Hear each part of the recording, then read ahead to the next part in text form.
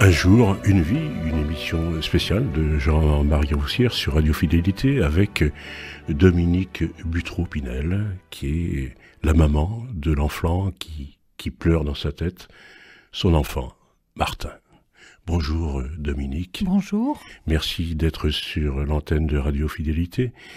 Alors, vous avez écrit un livre au mois de juin, un livre qui s'intitule Martin, votre enfant, donc une vie singulière. Un livre plein de colère, d'émotion, plein de désespoir, d'épuisement, mais aussi plein d'espoir, un espoir qui va par la construction de nouveaux liens vers l'apaisement. Alors pourquoi ce livre, Dominique ? Eh bien, l'idée m'est venue vraiment de façon très forte dans les moments où ça allait le plus mal.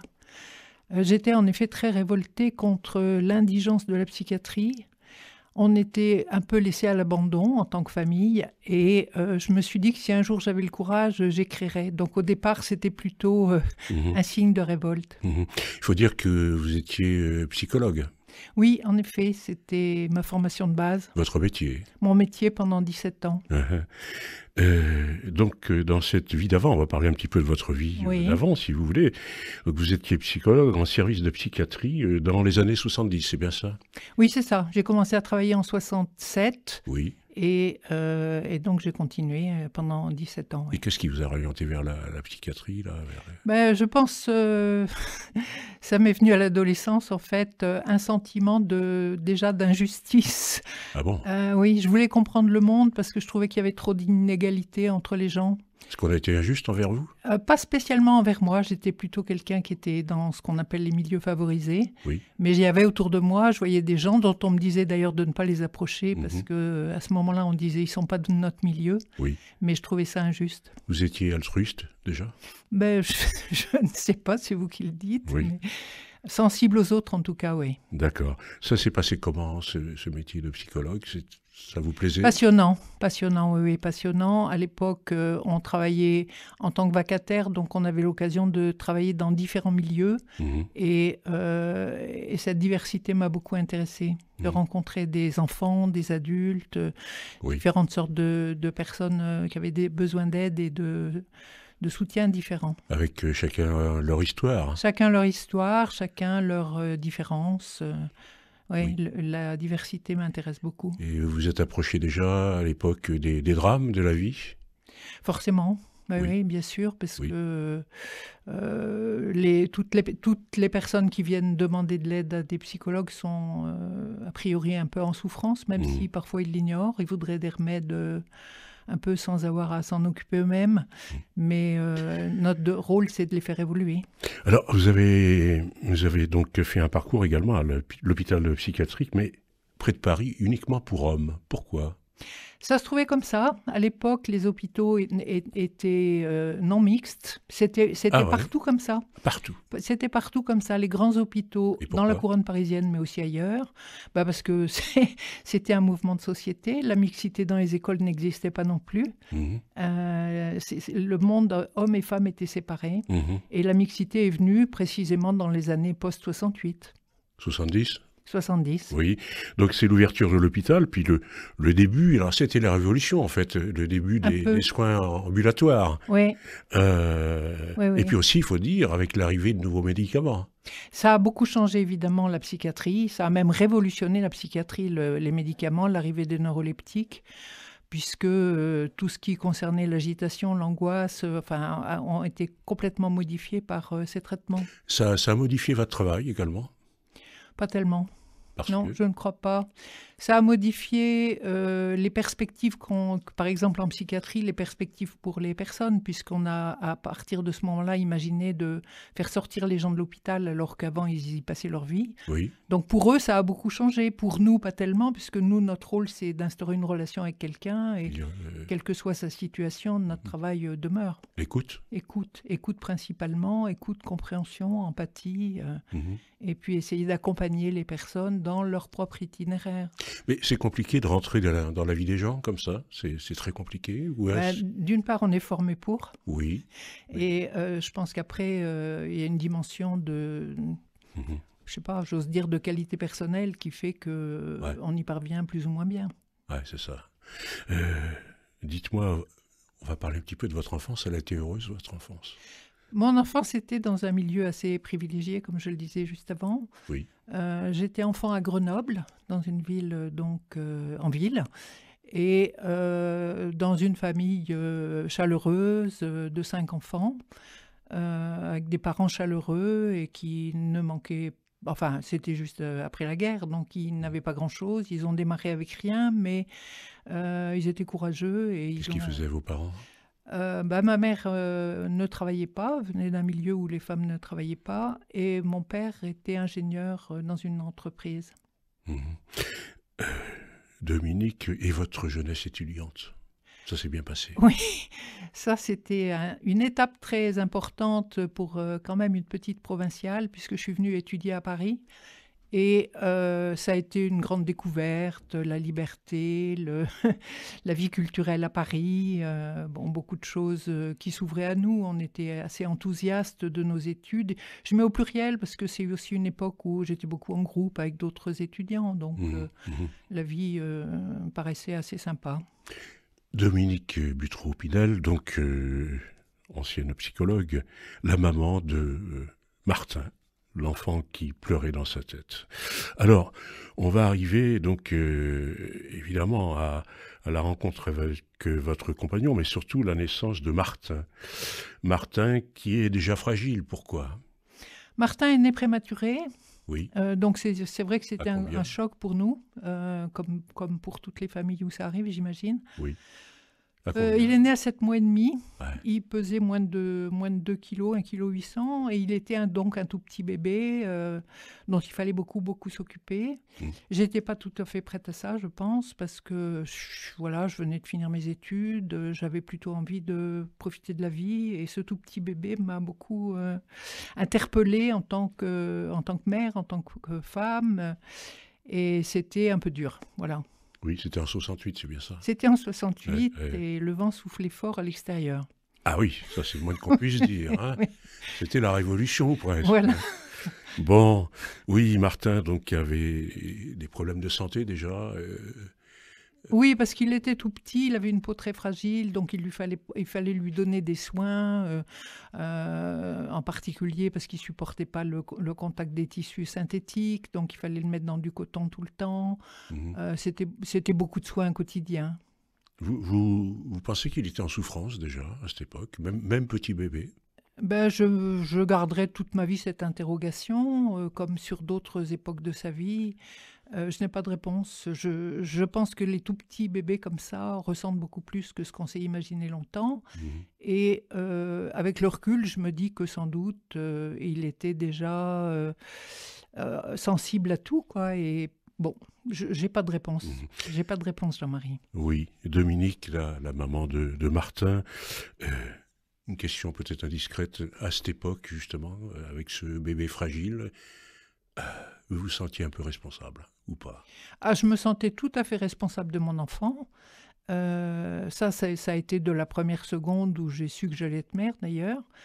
Oui, tout à fait, puis ça n'a jamais cessé.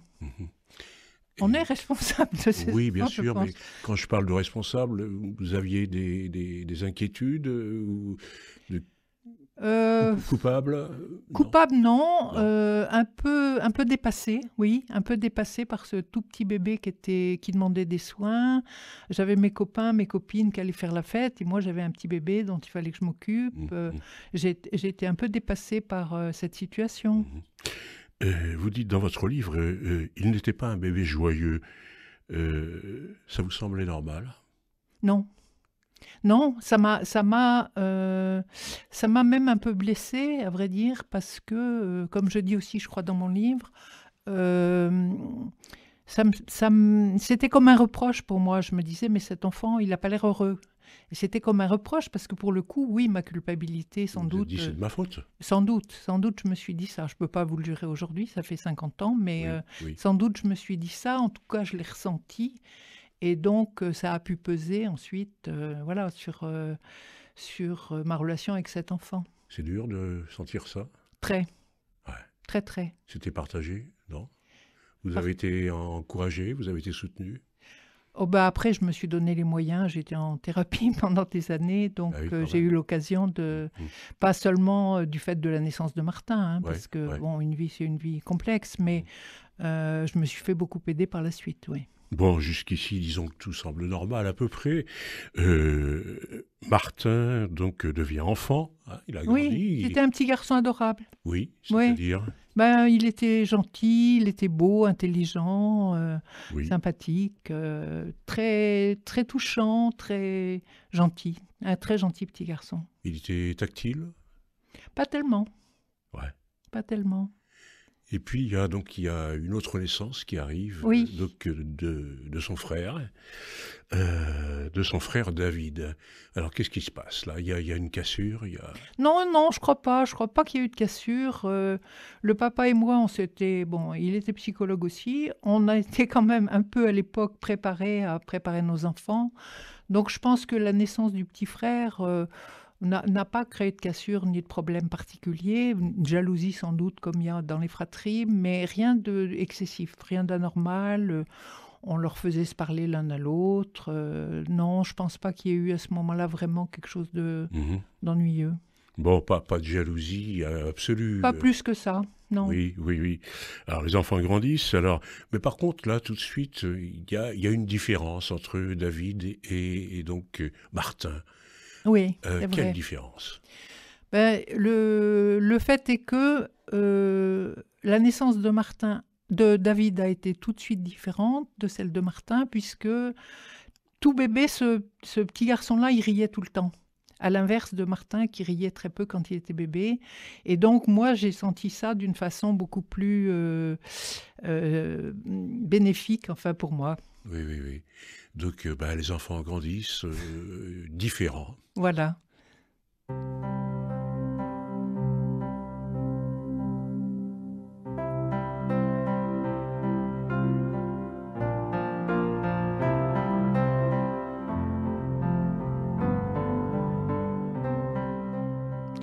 Je reçois aujourd'hui donc Dominique Butreau-Pinel, ex-psychologue, et maman de l'enfant qui pleurait dans sa tête, son enfant, Martin. Donc il y a Martin et il y a donc David. Vous avez le sentiment que Martin souffre peut-être déjà d'un sentiment de vide intérieur, parce que d'après ce que j'ai compris dans votre livre, David était créatif. Très. Oui, oui. Oui, il y avait une vraie différence entre eux, mais à l'époque, voilà, je me disais c'est des enfants différents et voilà. Mais c'est vrai que Martin était déjà plus en retrait, plus Solitaire. solitaire, et alors que son jeune frère était très créatif, était tout le temps dans des jeux imaginaires, à faire des propositions, à avoir des envies, Mhm. et voilà, c'était une vraie différence, oui. Ils jouaient beaucoup ensemble tous les deux, non? Ils se disputaient beaucoup à cette époque. Oui, J'ai enfin, dit, il n'y a pas eu de rivalité d'emblée, mais ouais, bien ouais. sûr, Mhm. ils jouaient ensemble, mais enfin, ils se tapaient pas mal dessus. Ouais, ouais. Enfin, ça arrive, hein. C'était deux garçons, Oui, du moment que c'est raisonnable. voilà. D'accord. Et puis, il y a quand même un autre chemin qui arrive en classe de seconde et Martin donne des signes de mal-être. Ah oui, là, très nettement, malheureusement, ça a été vraiment l'époque où euh, Martin a donné des signes importants de Mais mal-être. pourquoi? Oui. Euh, À Pourquoi, je ne sais à cause pas, de son mais entourage, hein. pourquoi, je En ne classe sais de pas. seconde? Le fait est qu'il donnait des signes, mais qu'il n'en parlait pas. Mhm. La grosse difficulté avec Martin, c'est qu'il n'a jamais rien dit de cette souffrance. Et quand on allait vers lui, il disait tout le temps non, non, mais ça va, ça va. Et en fait, c'est des années après que je me suis rendu compte que ça n'allait pas du tout. Vous la sentiez, cette souffrance? Ou pas? Un peu parce que Martin était un peu fuyant, Martin était un peu, je sais pas très bien comment dire, Envahi par la peur? un peu fermé, fermé, voilà. Il refusait de parler de lui, Mhm. donc bon, c'était voilà des petits signes, mais que j'ai pas Déterminé décrypté tout de aussitôt? suite. pourtant, votre métier de psychologue aurait peut-être pu vous aider un petit peu. Oui, Mais vous aurait étiez pu. maman, hein, On c'est peut le ça? penser après coup, oui. Ouais, ouais, ouais. Mais moi, je crois que mon métier de psychologue m'a permis de penser que je devais l'accepter comme il était. Mhm, Et que, en fait, c'est ce que j'ai fait tout le temps. J'ai essayé plutôt de le soutenir comme il était, mhm, ce qui était peut-être une forme d'aveuglement, mais mhm. c'est ça que j'ai fait. Ouais. Alors, Martin, il y a une transition là maintenant dans la vie de Martin, puisque il va vivre quelques années chez son père, donc il travaille un mois en été. Voilà. Il y a des échecs aussi. Vous pouvez nous en parler un petit peu? Oui, le grand signal pour moi, ça a été son échec au bac, parce que Martin est un garçon intelligent. C'était pas prévu, ça. Pas du tout, il était bon élève, j'ose pas dire très bon élève, mais enfin pas loin de très bon élève, et il n'y avait aucune raison qu'il loupe son bac. Et donc, ça a été un signe un peu violent pour moi de me rendre compte qu'en fait, peut-être que les craintes que j'avais de l'équilibre de Martin étaient plus fondées que je ne voulais me l'admettre. Ouais, ça a été votre première peur? Oui, une peur, ouais, un signe en tout cas. Je me suis dit, ah non, il y a quelque chose qui ne va pas du tout. Oui. Voilà, c'est pas normal. Et je me suis dit d'autant plus qu'il a remis ça l'année d'après. Il a à nouveau loupé son bac une deuxième fois. Aïe. Oui, vous vous êtes dit, il cache quelque chose là. Oui, oui, Ouais. oui. Et vous saviez pas quoi, hein? Et je savais pas quoi, il n'en disait rien, il voulait Ouais, rien savoir, il savait pas ce qu'il voulait faire, donc ouais, c'était ouais, compliqué cette ouais, ouais. époque. Est-ce que à cette époque déjà, il avait tendance à l'alcool? Oui, mais ça je le savais pas, Oui. moi à l'époque. Personne s'en est aperçu. Je pense que son père le savait un peu parce qu'il vivait chez son père Il vous a rien à dit? l'époque. Il m'a rien dit. Le père lui-même était assez porté sur pas mal d'alcool. Mhm. Et malheureusement, je pense que le problème a été minimisé de ce côté-là. Ouais. Je ne Marthe. veux pas imputer plus au père, mais Ouais. bon, à l'époque, moi, je m'en suis pas rendu compte et Mhm. voilà, je m'en suis rendu compte plus tard. D'accord. 2007. La vie de Martin bascule. Il a une vie amoureuse. Il habite Le Mans. Oui. Alors au Mans, Martin est venu au Mans pour rejoindre une jeune femme avec laquelle il avait créé une relation par l'intermédiaire de son travail. Mhm. Et ça a été une grande catastrophe. Pourquoi? Après coup, on peut dire ça. Oui. Parce que sans doute que il n'était pas en mesure de vivre une vie de couple. Enfin, c'est ce que je me suis dit après coup.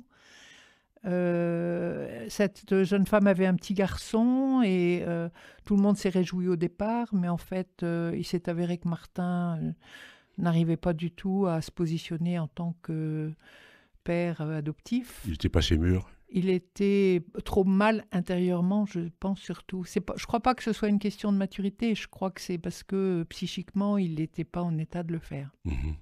Oui, puis alors, dans votre livre, vous indiquez que il y a plein de choses qui arrivent. Il y a le chauffage aussi, il y a les cures de désintoxication. C'est un couple qui est instable, avec de la violence? Oui, ben ça c'est pareil, on s'en est rendu compte après coup. Il y a eu en effet toute une époque où jusque-là Martin avait réussi à travailler bien qu'en faisant des jobs toujours inférieurs à ses capacités supposées. Mhm. Mais là, ça a commencé un cycle infernal de chômage, de cure de désintox, en effet, puisque l'alcool, il était quasiment alcoolique à cette époque, ce qu'on Mais- appelle l'alcoolique. Ouais. Mais les deux avec son ami? Alcoolique chronique. Et son ami, on s'est rendu compte après coup aussi, qu'en fait, elle devait boire avec lui tout autant. Ouais. C'est le schéma un peu classique, disons, parce que, évidemment, en 2007, à l'automne, les crises se rapprochent, des insultes, il y a quelques accalmies, des nouvelles crises, et puis la séparation. C'est encore une autre étape, c'est encore une défaite pour Martin. C'est une défaite, mais c'est surtout un gros problème de santé. C'est une défaite, il s'est énormément déprimé à cette époque, donc il a bu 2 fois plus.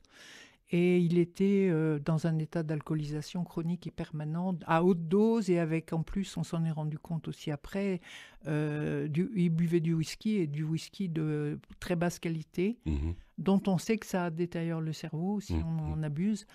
Et je crains que ça ait été un peu le cas pour lui. Et c'est toujours après, vous avez toujours rendu compte après. C'est-à-dire qu'à l'époque, je me rendais bien compte qu'il allait très mal. Je lui ai proposé, par exemple, qu'on dîne tous les deux, mais c'était moi qui animais la conversation. Martin était fuyant, fermé, ne voulait rien dire, me disait « T'en fais pas, maman, ça va, je gère. » Bon, je voyais bien que ce n'était pas le cas, mais que faire? À sa voix, ses gestes, comment? Que faire? Il était physiquement mal, mais apparaître là, je ne voyais pas quoi faire. Martin, l'enfant qui pleure dans sa tête, il est seul maintenant dans un appartement. C'est la souffrance absolue. Son seul médicament, c'est l'alcool, c'est tout. Oui, on peut dire ça, je pense, parce que comment comprendre autrement qu'il ait pris de l'alcool en permanence à haute dose tout le temps, comme s'il ne voulait rien ressentir, rien penser, rien. Et toutes les sollicitations qu'on a eues vis-à-vis de lui ne débouchaient pas. On lui disait « fais-toi aider », mais à part quelques cures de désintox qui n'ont rien amené en fait, voilà, il se repliait et il buvait. Ouais. Donc il est seul, les bouteilles sont cachées quelque part, toujours cachées. Toujours cachées, enfin surtout quand il était chez nous, parce que après il est venu chez nous, donc, et on a retrouvé 25 bouteilles quand il est parti. Ben, elles étaient cachées où ça? Elles étaient cachées partout, sous les lits bien sûr, dans les tiroirs, au-dessus des armoires, dans tous les lieux improbables qu'on trouve dans une maison, dans le placard à balai. Et le problème, c'est que je crois qu'il ne s'en souvenait plus parce que sa mémoire commençait à être détériorée. Et donc, il rachetait, il replanquait, il rachetait, il replanquait ailleurs. Mais il achetait quels sous? Je pense qu'il est venu un moment où il n'avait plus de sous et il a dépensé sans compter tant qu'il avait de l'argent. Et à un moment, on peut penser qu'il est allé se servir sans payer. Ah oui. Carrément. Ce qui était nouveau pour Martin, parce que nous, dans je pense qu'on peut dire que notre éducation, on a transmis à nos enfants aussi une morale, une éthique, une façon sociale de se comporter. Et c'était aussi un signe de la maladie de voir que tout d'un coup, les barrières ont lâché, quoi. Ouais, le drame de l'alcool. Il entre dans la démence? Quasiment confus à un moment, oui. On a eu très peur, très peur. Ça se présente comment? Ça se présente qu'il ne connaît plus le chemin, qu'il ne sait plus quel jour on est, qu'il ne sait plus ce qu'on a fait la veille ou ce qu'il a fait il y a une demi-heure. C'est une espèce de confusion dans l'espace et dans le temps. Ouais. Alors, il y a une décision, il est hospitalisé à La Roche-sur-Yon ou à Châlons. Il est hospitalisé. Il a d'abord été justement soigné par un médecin de ville qui lui a fait faire un bilan neurologique puisqu'il présentait des signes de vague démence, enfin de démence, ce qui n'était pas normal pour un gars de 40 ans.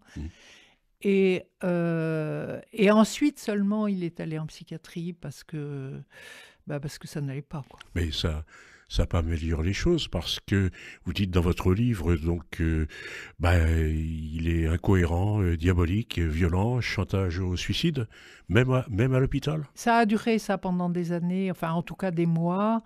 Les premières années où il a été à l'hôpital, il était dans un état nerveux, très catastrophique. Il passait de l'agitation en effet à l'apathie et ça a duré pendant des mois. Il s'est bien entouré à l'hôpital? Non, l'hôpital pour moi c'est un cauchemar. C'est un cauchemar, l'hôpital. J'en ai un souvenir épouvantable. On avait l'impression qu'on était dans notre tort d'être là, quoi. Donc, c'était affreux. Il n'y avait pas de concertation entre les parents, le service soignant? Enfin, ils nous donnaient le minimum d'infos et jamais ils nous ont sollicité pour qu'on ait un vrai échange. Ouais. Donc, votre mari et vous-même, Dominique, vous viviez l'enfer. Hein. Évidemment, certainement, ça doit être encore plus de reproches. Et le pire, c'est que après, il est à Nantes, il vagabonde et la folie s'installe. Qu'est-ce qui se passe? Oui, je suis pas sûre qu'il était plus fou à ce moment-là qu'avant, mais il a été mis à la porte d'une clinique où il était rentré pour se faire soigner, et donc toujours l'alcool, on l'a mis à la porte sans nous prévenir. Il nous a passé un coup de Sans fil. vous prévenir? Sans nous prévenir. Il nous a passé un coup de fil pour nous dire qu'il était dehors. Il n'avait pas d'argent, il perdait un peu la tête, donc il n'avait pas d'adresse. C'était dramatique, enfin vraiment. L'errance. L'errance, alors là, oui, pour nous, ça a été un cauchemar aussi, puisqu'on l'a cherché pendant 2 jours. Ah, 2 jours. 2 jours dans les rues de Nantes. 2 jours, on ne savait pas où il était. Moi, évidemment, j'imaginais le pire. J'avais des peurs voilà, qu'on ne le retrouve pas. Quoi. Vous aviez averti la police? Non, parce qu'on sait bien qu'un adulte qui disparaît, on vous répond éventuellement que c'est sa volonté. Ah là là. Non, c'est facile. C'est facile. Oui, oui. Et son père biologique, alors, à ce moment-là, comment il réagit? Qu'est-ce qu'il fait? Je dois avouer qu'il nous a bien fait défaut, puisqu'il a été beaucoup absent. Il était plutôt dans le déni, même tout à fait dans le déni. Il n'admettait pas l'idée que Martin était malade. Et donc, quand je le sollicitais, il me disait que j'en faisais trop. C'était la fuite pour lui aussi? C'était la fuite, oui, absolument. Ouais. Votre entourage, vous avez été soutenu à ce moment-là? Soi-même, vous savez, on parle assez peu, donc c'est juste 2 ou 3 amis autour de nous. Dites-moi, Dominique, la maman de Martin, l'enfant qui pleurait dans sa tête, est-ce qu'on finit par être fataliste en se disant « c'est comme ça » ? Non, jamais fataliste, plutôt obligé de faire un travail sur soi intérieur pour soi-même changer de regard. C'est ça le trajet. Il faut changer de regard sur nos enfants et sur les personnes malades. Ouais.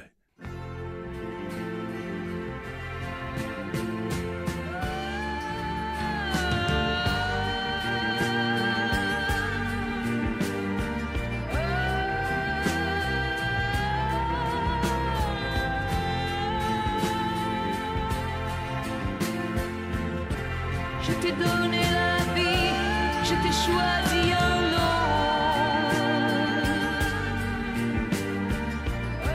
Lorsque tombe la nuit, je caresse ton front. Il m'arrive souvent de t'écouter dormir. Il n'est pas loin le temps de ton premier sourire. Et puis un jour, tu me laisseras. Je connais les enfants. Un enfant, c'est comme ça. Et puis un jour, tu me laisseras. Je connais les enfants. Un enfant, c'est comme ça. Si tu pleures quelquefois, ça me brise le cœur. Mais je vis avec toi et tu fais mon bonheur. Pour la première fois, pour ton premier printemps, d'une petite voix, tu m'appelles maman. Et puis un jour, tu me laisseras. Je connais les enfants. Un enfant, c'est comme ça. Et puis un jour, tu me laisseras. Je connais les enfants. Un enfant, c'est comme ça. Je revois dans tes yeux mes souvenirs d'enfant.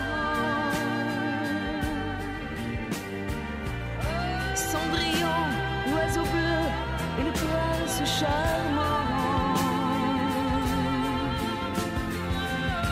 J'aurais bien du chagrin, pourtant je te pardonne.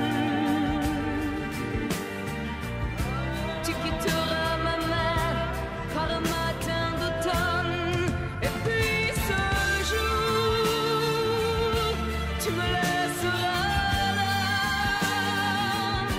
Je connais les enfants, un enfant c'est comme ça.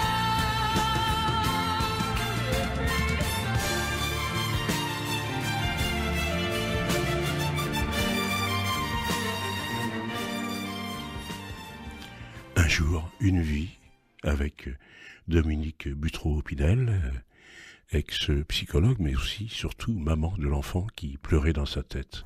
Son enfant, Martin.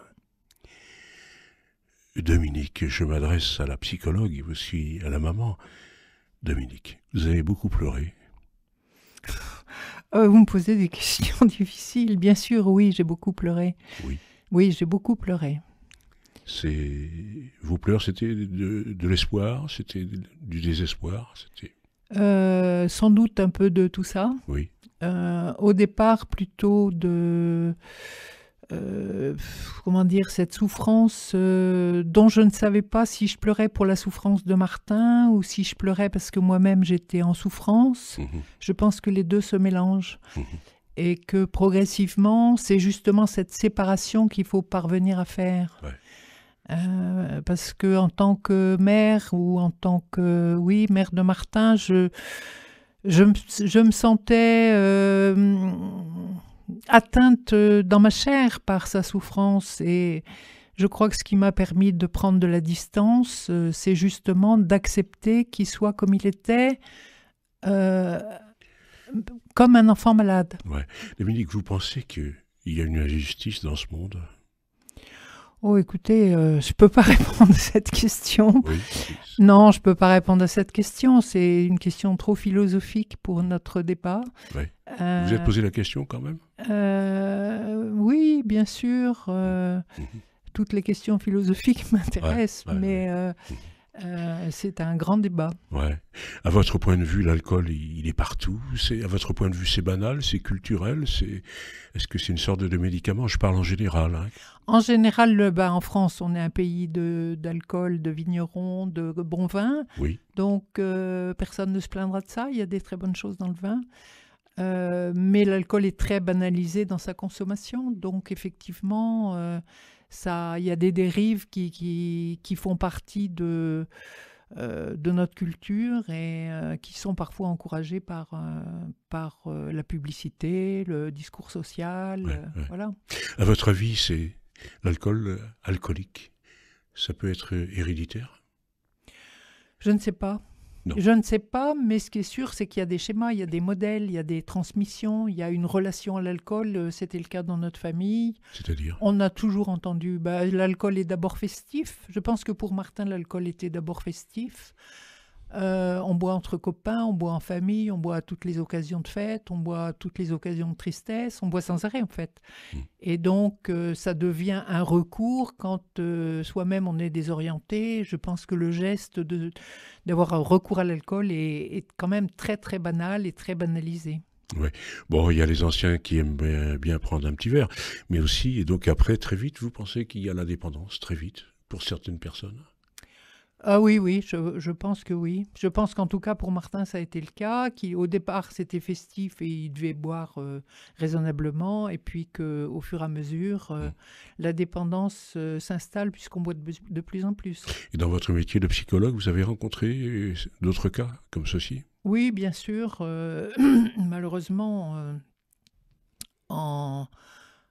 quand je travaillais en psychiatrie, il y avait plusieurs personnes qui étaient ce qu'on appelait des anciens alcooliques, qui étaient des personnes qui n'avaient jamais cessé de boire et qui étaient très détériorées mentalement, intellectuellement et incapables de s'assumer au quotidien, donc ils passaient leur vie à l'hôpital. Maintenant, heureusement, ça n'est plus le cas. Et pour vous, c'est sans issue face à ces gens-là, si? Si, heureusement, heureusement si, bien sûr, ce sont des personnes malades, donc l'alcool est un voile qui masque la souffrance qu'il y a derrière. Et votre proposition de titre de Martin qui pleurait dans sa tête, je pense que c'est tout à fait le cas. Ce sont des personnes qui souffrent intérieurement et qui n'ont pas trouvé pour l'instant d'autre issue que l'alcool, d'autres recours, mais bien sûr, il y a d'autres choses à leur proposer, bien sûr. Le livre de Dominique Buteau-Pinel, qui a intitulé ce beau livre de 105 pages, Martin, une vie singulière. Les auditeurs peuvent donc acheter ce livre en appelant le 06 63 60 60 46. 06 63 60 60 46. Martin, une vie singulière.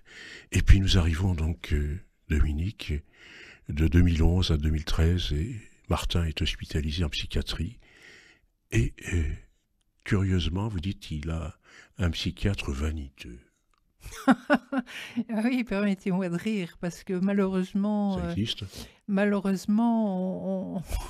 on est parfois surpris quand on espère être accueilli, soutenu, compris par des hommes de métier de science, des médecins, et de rencontrer, bon, heureusement, il y a des gens bien partout, hein, je ne veux pas du tout globaliser, mais pardon, c'est vrai qu'on a eu la malchance, j'ai envie de dire, de tomber, si je peux dire, sur quelqu'un d'extrêmement désagréable qui se redressait pour nous parler, qui nous recevait dans un bureau qui avait tous ses diplômes au mur et qui nous parlait de haut. C'était vraiment navrant, quoi, vraiment.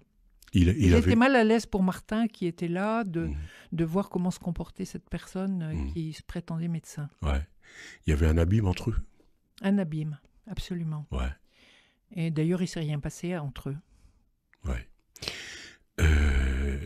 Le système psychiatrique, à votre avis, c'est à revoir maintenant? Est-ce qu'il y a eu des évolutions?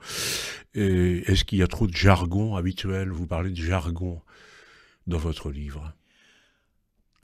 Je ne sais pas s'il y a trop de jargon. Oui, c'est vrai, j'en parle parce que c'est arrivé quelquefois de la part même d'infirmiers, par exemple, qui parlaient de relations thérapeutiques alors qu'ils m'avaient reçu pendant un quart d'heure. Je trouvais que c'était totalement exagéré.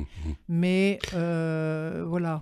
Mais, Et Martin, donc, il y a quand même petit espoir, rencontre un médecin à l'ancienne qui le laisse en pyjama, c'est étonnant. Oui, j'aime bien vous raconter ça parce qu'il y a beaucoup de gens qui sont contre la mise en pyjama.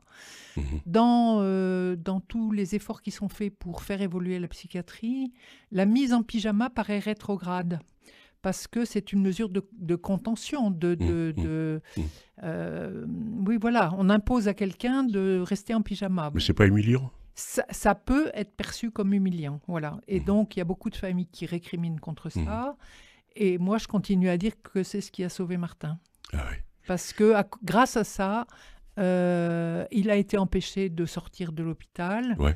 Alors que quand il était hospitalisé, sans pyjama, il trouvait le premier bistrot venu pour aller se fournir. C'est un sevrage déguisé. C'est un sevrage, oui, déguisé, déguisé en pyjama. Oui.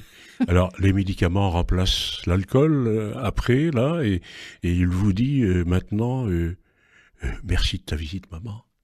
Il y a du mieux. Ah oui, il y a du mieux. Il y a du mieux à partir du moment où il a pu être apaisé aussi par le traitement, hein, parce qu'évidemment, il a été soigné aussi avec des médicaments. Au fur et à mesure des mois qui passaient, mais ça a quand même duré très très longtemps, quand on a commencé à voir Martin un peu apaisé, on a commencé aussi à voir qu'il reprenait conscience de la relation. Et effectivement, il est redevenu capable de dire merci. Ouais. Alors, il y a un foyer après de réinsertion sociale et professionnelle qui s'est profilé à l'horizon. Pouvez nous dire deux mots de ce foyer? C'est une belle proposition. Ces foyers-là sont prévus pour tenter, avec des malades, de les réinsérer, soit professionnellement, soit socialement, en leur proposant des ateliers. Et donc, ils sont là à plein temps et ils peuvent rester quelques années pour voir s'ils peuvent sortir de la maladie pour se réinsérer socialement. Il y a un projet avec ces foyers, il y Martin est redevenu une personne.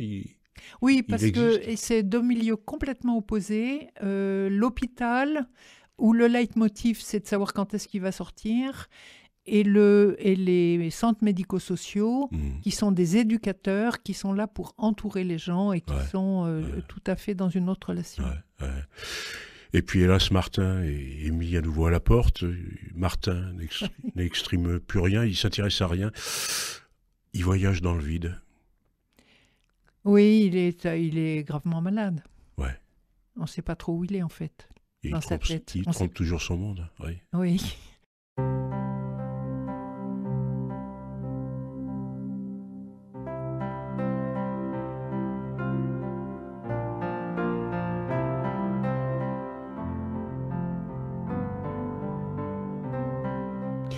Un jour, une vie avec Dominique Buteau-Pinel, qui est ex-psychologue, mais aussi la maman de Martin. Martin, l'enfant qui pleurait dans sa tête.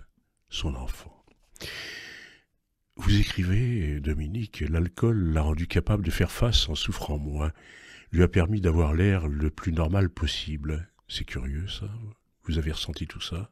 Oui, oui, oui. Oui, oui, parce que pendant toutes ces années-là, on voyait bien qu'il buvait. Il travaillait dans des jobs en dessous de son niveau intellectuel, Oui, mais il faisait face à la vie. Et il se faisait un honneur de travailler, oui. et de ne pas décrocher, quoi. Et vous le disiez? Et non, il me l'a dit bien après. Ouais. Sur le moment, ben, on voit, c'est vrai qu'il était pas au chômage alors qu'il avait, mais je pense qu'il buvait pour se soutenir, pour Ouais, aller ouais, au ouais. boulot. Et donc, l'alcool lui a servi de médicament et de soutien pendant ces années illusoires, quoi.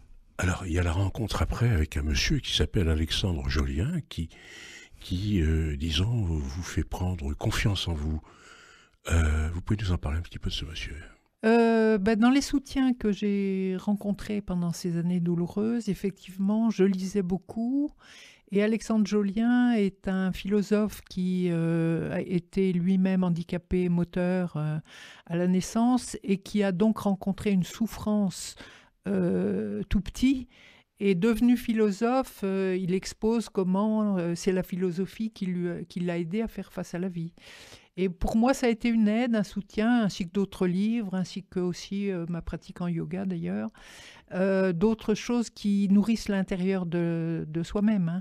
Ouais. Et donc, heureusement, on n'est pas dans la douleur 24/24. Et donc, toutes ces bonnes nourritures m'ont permis d'évoluer, de comprendre que c'était pas en restant dans la révolte que j'allais aider Martin. Et ça a été un cheminement personnel intérieur qui m'a permis d'accepter la maladie de Martin, d'accepter qu'il soit comme il était, mais c'est-à-dire avec une personne qui avait ces souffrances-là, et non pas l'enfant dont j'avais pu rêver quand il était petit. Ça a été long, ce chemin de Ça a été long, réflexion. oui. Oui, ça a été long, et puis c'est un peu imperceptible. On ne se déclare pas qu'un jour on va évoluer. Donc ça se fait malgré soi, ça se fait parce qu'on évolue, parce qu'on se donne les moyens de réfléchir, de changer, de rencontrer des personnes qui nous aident. Donc oui, c'est un chemin un peu long, difficile, mais qu'il faut absolument nourrir d'espoir et de confiance. Mmh. Il y a, disons, encore un autre parcours, et avant d'arriver à l'espoir, quand même. Martin et vous, c'est un peu maintenant le jeu de loi entre établissements pendant 2 ans. C'est long, 2 ans. Oui, c'est très long. C'est très long, et ça c'est aussi quelque chose de un peu incompréhensible pour nous, pour les familles. C'est les ruptures dans le parcours des malades, c'est-à-dire que on n'a pas une vision de continuité, de vers où on va, de qu'est-ce qui va devenir, etc. Et là, pendant 2 ans, et en effet c'était très long, on nous a proposé d'aller de temps en temps pour 15 jours, enfin que Martin aille pour 15 jours, dans un foyer pour un séjour temporaire. Donc, il allait 15 jours quelque part, il fallait qu'il s'adapte.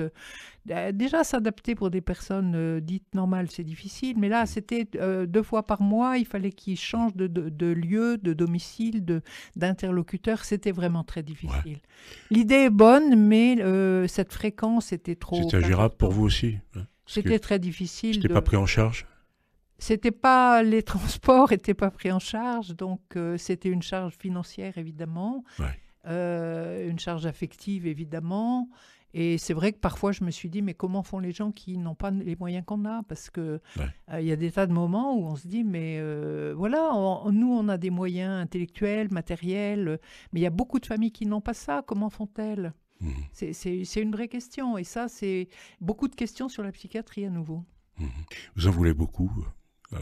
Non, j'en veux à personne en fait. Je suis véhémente quand je suis dans mon sujet, parce que ça me touche toujours, mais je n'en veux à personne. Je pense que j'en veux au système un peu, enfin j'en veux même pas, je voudrais le faire changer. C'est aussi pour ça que je suis devenue bénévole, j'en parlerai sans doute après. Mais bon, il y a des choses à changer, mais il n'y a pas de rancune à avoir, ça sert à rien. Ni les regrets, ni la rancune ne sont positifs. Mais le foyer du jour quand même, c'est une évolution. Oui, c'est une évolution. C'est mieux que de rester à l'hôpital. Oui. Et encore une fois, là, il y a des propositions d'ateliers, d'occupation. À l'hôpital, imaginez-vous des gens qui ne font rien pendant des mois. Et qui n'ont rien à eux, qui ont une table de nuit, point final. La vie à l'hôpital, c'est affreux, c'est vraiment affreux. Alors c'est vrai que les foyers, tout est différent. Les relations sont différentes, il y a des activités, la vie est plus humaine. Martin, votre enfant qui pleurait dans sa tête, c'est maintenant la rencontre avec l'UNAFAM en Vendée. Vous en gardez un bon souvenir? Oui. Ça veut dire quoi, l'UNAFAM? Alors ça veut dire Union nationale des familles et amis des personnes malades et ou handicapées psychiques. Et c'est unique en Vendée, ça? C'est un long terme parce que l'acronyme a changé au fil du temps. Oui. Non, pas du tout, c'est pas que en Vendée, c'est une association nationale qui est représentée dans tous les départements. Il y a une délégation dans chaque département. Il se trouvait que moi j'étais en Vendée à cette époque. Et donc, j'ai connu l'UNAFAM en Vendée. C'est un défilé de reproches? Il y a un groupe de parole? C'est pas du tout un défilé de reproches. Non. La mission de l'UNAFAM, c'est de d'aider les familles des personnes malades. Donc, on ne s'intéresse pas, on ne s'occupe pas des personnes malades. Ça, c'est pour le corps médical. Nous, nous, en tant qu'UNAFAM, puisque maintenant je suis à l'UNAFAM, on accompagne les familles des proches malades, qui ont un proche malade. Parce qu'on ne se rend pas compte dans la vie en général quand on n'est pas concerné. Ce que je suis en train de vous dire, c'est à quel point les familles sont ébranlées par la maladie d'un proche malade. Et l'UNAFAM a été créée pour ça, pour prendre soin des familles. Alors, septembre 2015, Martin est admis dans un foyer de vie à Noirmoutier. Et le petit miracle quand même, il est entouré de personnes qui l'estiment. Vous vous rendez compte qu'ils l'estiment? Et parfois même avec une chaleureuse complicité. C'est beau? Ah oui, c'était magnifique. Oui, ça a été alors un changement du tout au tout. Ça a été un petit miracle, à mon avis. En tout cas, un cadeau du ciel, parce que on a rencontré là des personnes qui sont non seulement compétentes professionnelles, mais surtout humaines. Et un éducateur en particulier qui a établi ce type de relation un peu complice, un peu magnifique. C'est une nouvelle famille pour lui? Absolument. Absolument, oui, absolument. Et c'est bien, parce que il a maintenant 50 ans et c'est bien qu'il construit sa vie là-bas. Il a 50 ans, c'est encore votre enfant? Il sera, comme vous savez, on est enfant de ses parents toute la vie, mais il est adulte aujourd'hui, il a beaucoup évolué, il est même transformé, et il fait sa vie là-bas, il s'est créé une vie, c'est sa vie à lui, et moi-même je ne me sens plus responsable de lui. Ça, voyez le changement. Ça soulage, oui. Le livre de Dominique Butreau-Pinel, Martin, une vie singulière. Vous pouvez acheter donc ce livre en appelant au 06 63 60 60 46. 06 63 60 60 46. On va terminer, Dominique, la maman de Martin, et dans votre livre, vous terminez par cette phrase « Je remercie la vie ». Ah oui, oui, oui, je le remercie la vie tous les jours. Parce que d'une part Martin va bien aujourd'hui, enfin va bien, est dans un foyer mais est transformé, et voilà, a fait son chemin, s'est créé une vie où il est entouré de gens qu'il estime et qu'il respecte. Et moi aussi j'ai fait du chemin, nous aussi les parents on a fait du chemin, et la vie nous paraît vraiment un cadeau. Eh ben, écoutez, Martin ne pleure plus dans sa tête, là. Non, Martin ne pleure Il plus. pleure plus, la souffrance, c'est fini. Oui, c'est fini. C'est fini. Bonne chance, Martin, dans ta vie singulière.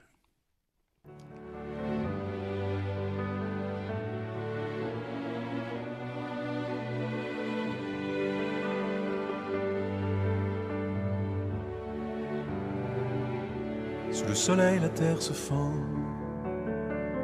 Pour cet homme et pour son enfant. Après le puits qu'il faut creuser, il reste un sillon à tracer. Sans attendre, apprendre à lire, à écrire, à compter. Ouvrir les portes encore fermées sur ce savoir accumulé. Qu'on lui en donne un jour la clé. Il a le monde à sa portée. Lire, apprendre à lire entre les lignes, découvrir la magie des signes et les trésors inépuisables qu'on emporte dans son cartable. Comprendre, c'est comme un mur que l'on traverse. C'est la brume qui se disperse, une promesse encore plus belle, la connaissance universelle. Compter, apprendre à compter sur soi-même, à compter pour ceux qui vous aiment, pour faire aussi partie du nombre, pouvoir enfin sortir de l'ombre. Un jour, une vie avec Martin. Martin, l'enfant qui pleurait dans sa tête. Martin, l'enfant qui ne pleure plus. Merci, Dominique. Merci à vous, Jean-Marie.